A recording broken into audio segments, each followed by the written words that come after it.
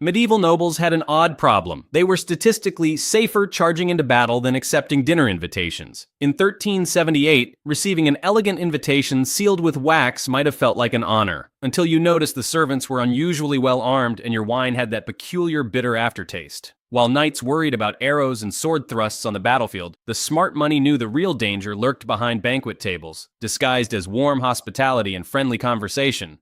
There's something darkly ironic about an era where bread was blessed and wine was sacred, yet so many political careers ended over dinner. Medieval dining halls became elaborate murder stages where ambitious nobles turned the sacred act of hospitality into their deadliest weapon. Medieval nobles perfected the art of killing with kindness. They discovered that poison tasted better with good wine, and murder plots went down easier with pleasant conversation. Welcome to the world where every feast could be your last supper, and every toast might be the final sound you ever hear. The assassination menu. Medieval poisoners had a twisted sense of artistry. They preferred their victims to die slowly, publicly, and with just enough time to realize who had outsmarted them. Take Emperor John VIII Palaeologos in 1448.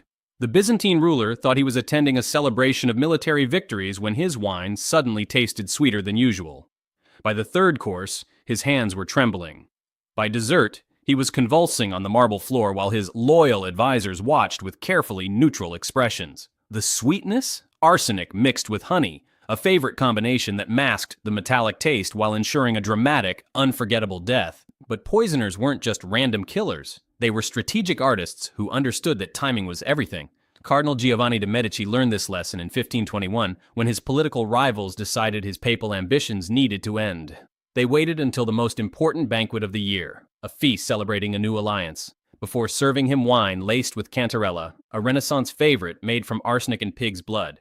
The cardinal spent his final hours vomiting blood while pretending everything was fine, desperately trying to maintain diplomatic appearances even as his organs shut down. The French court elevated poisoning to a science. When Charles V wanted to eliminate his brother-in-law, the Count of Evreux, in 1354, the royal chefs prepared a special dish, roasted peacock stuffed with mercury-soaked herbs. The Count complimented the seasoning even as his nervous system began failing. He died 3 days later, still praising the excellent meal that killed him. Medieval assassins understood psychology better than most therapists. They knew their victims' pride would prevent them from appearing weak or suspicious at public gatherings, so they struck when their targets were most vulnerable, relaxed, social, and desperately trying to maintain their powerful image while poison coursed through their veins. Massacre at the high table. Sometimes medieval hosts decided poison was too subtle. They preferred their betrayals loud, bloody, and witnessed by hundreds of terrified guests.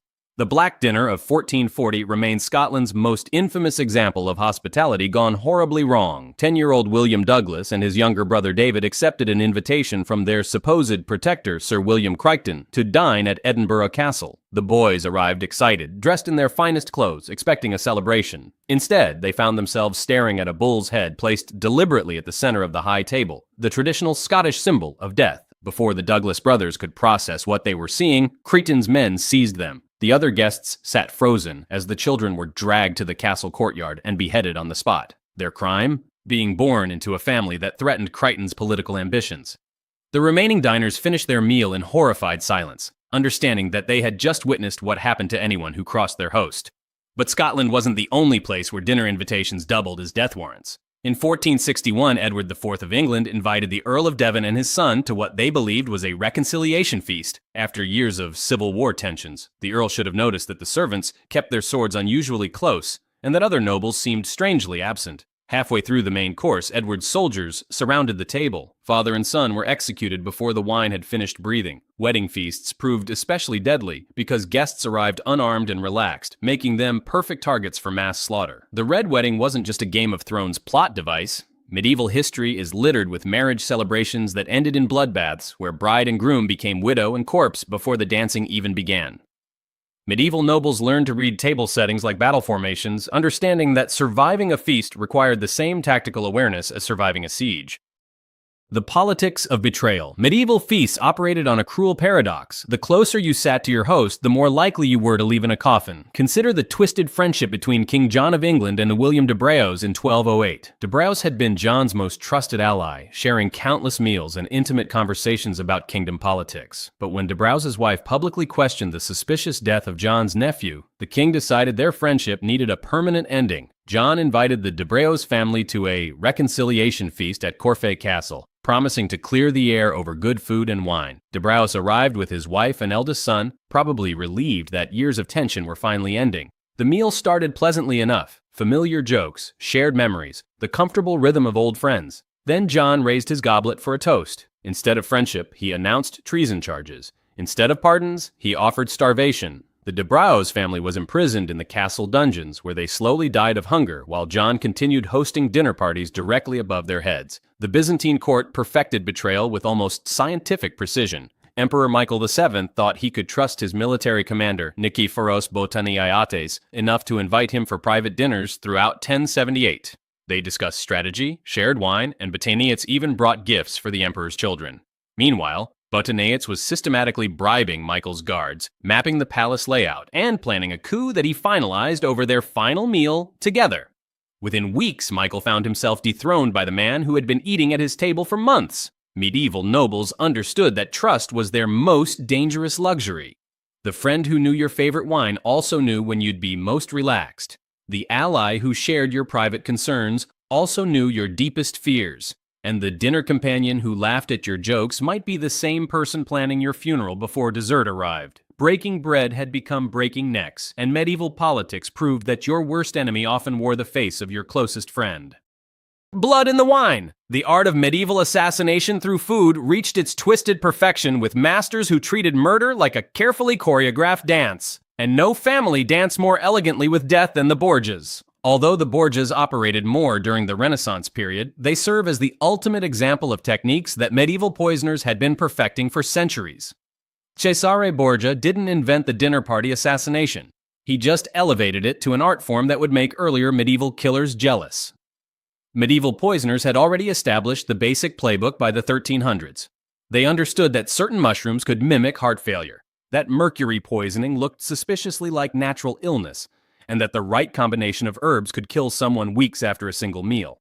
But they lacked the Borgias' theatrical flair and scientific precision. Take the mysterious death of Pope John VIII in 882, one of the earliest recorded cases of papal poisoning. His enemies chose a particularly cruel method. They served him wine laced with ground glass and slow-acting plant toxins. The Pope spent days feeling increasingly unwell, blaming age and stress, while his digestive system slowly shredded itself from the inside. His killers walked free because medieval forensics couldn't distinguish between creative murder and divine punishment. The technique became so common that medieval nobles developed elaborate food testing rituals. They employed official tasters, demanded that servants eat first, and some paranoid rulers even carried personal antidotes to dinner parties. But poisoners adapted faster than their victims could protect themselves. By the time the Borgias arrived, they inherited centuries of refined murder techniques. Medieval assassins had already figured out that antimony created heart attack symptoms, that certain snake venoms could be concentrated into wine, and that a skilled poisoner could make someone die exactly when politically convenient. The medieval period didn't just tolerate poisoning. It practically invented it as a legitimate political tool, creating a bloody legacy that families like the Borgias would later perfect into high art. When hospitality hides murder, medieval society created the perfect murder weapon by making hospitality sacred, and then watching ambitious nobles weaponize that very sanctity against their enemies. The laws of medieval hospitality were supposedly unbreakable. Once you accepted someone's bread and salt, you were under their protection. Your host was bound by sacred duty and divine law to keep you safe. This beautiful tradition created an atmosphere of trust that made guests deliciously vulnerable to betrayal. Harold Hardrada learned this lesson fatally in 1066, though not in the way most people remember. Before his famous death at Stamford Bridge, Harold had survived dozens of battles by never trusting anyone completely. But when Earl Tostig invited him to a private strategy meeting disguised as a feast, Harold's guard dropped. The Norwegian king knew that medieval custom protected him once he entered Tostig's hall. What he didn't know was that Tostig had already sold his location to King Harold Godwinson's scouts, who surrounded the building during the meal.